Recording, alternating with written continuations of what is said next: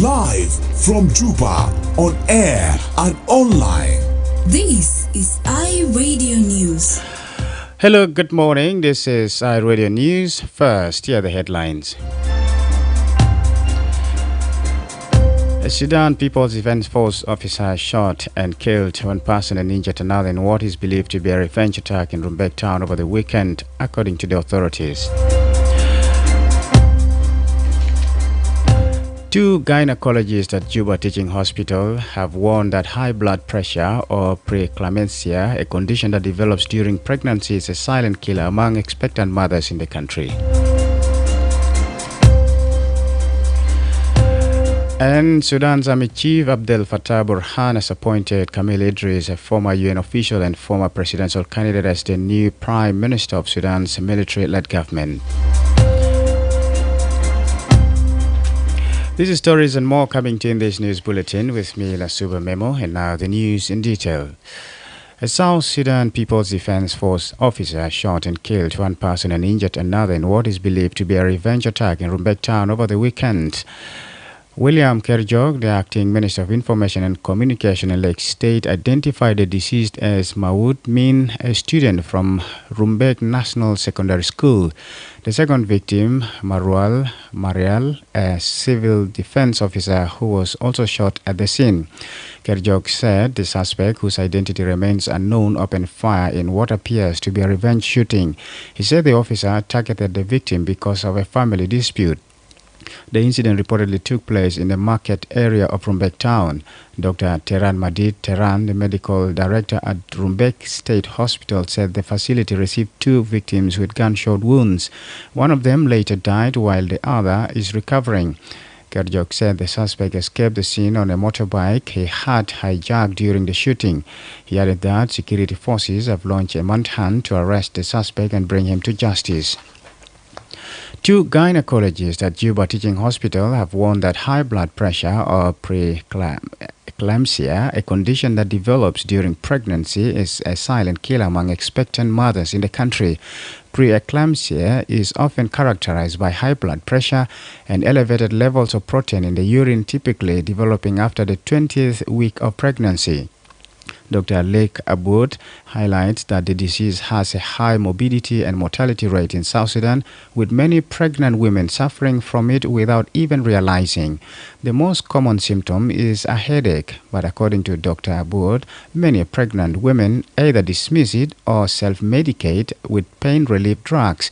Some delay seeking medical attention, enduring the pain for days, which often leads to fatal outcomes. Lucy Gloria, on her part, advises that pregnant women regularly visit health facilities to monitor their blood pressure to prevent complications that could lead to death or miscarriage. Sudan's Army Chief Abdel Fattah Burhan has appointed Camille Idris, a former UN official and former presidential candidate, as the new Prime Minister of Sudan's military-led government. This marks the first time a prime minister has been appointed since the 2021 coup, which removed the civilian government and set up a caretaker administration. It remains uncertain how much authority Idris will hold, given that the army is currently engaged in a fierce conflict with the paramilitary rapid support forces. Idris' appointment comes less than a month after Burhan named diplomat Dafala Al-Haj Ali as acting prime minister, although that appointment did not seem to take effect.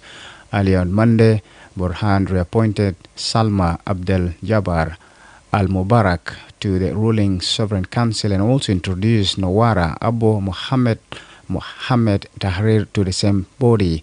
A new civilian prime minister and a revamped government had been anticipated after the army took control of Khartoum from the RSF in late March. The war erupted in April 2023 after tensions arose over the integration of the army and RSF forces, further devastating the country.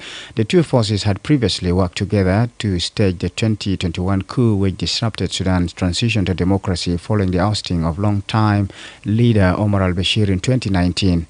In recent weeks, the RSF has targeted the army-led government with a series of drone attacks on the wartime capital of Port Sudan. This is iRadio News, and now to the international scene.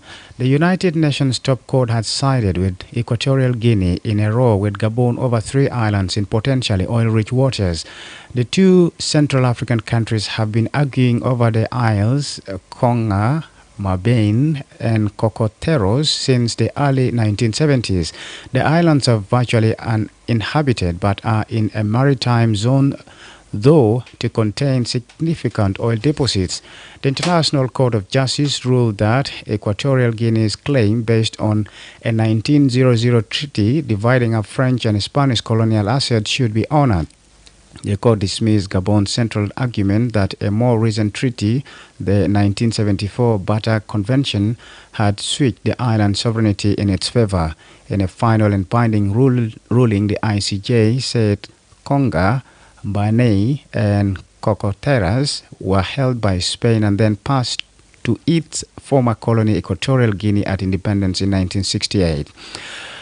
U.S. President Donald Trump says Russia and Ukraine will immediately start negotiating towards a ceasefire and an end to the war after a 2-hour phone call with Russian counterpart Vladimir Putin. Trump, who described the conversation as having gone very well, also said conditions for peace would need to be negotiated between the two parties. Despite a note of optimism from Trump, who also spoke with Ukrainian President Vladimir Zelensky, any ceasefire or peace deal does not appear close. Putin said he was ready to work with Ukraine on a memorandum on a possible future peace agreement, while Zelensky said this is a defining moment and urged the U.S. not to distance itself from talks. This is iRadio Morning News. And to end this bulletin, here is a recap of the headlines.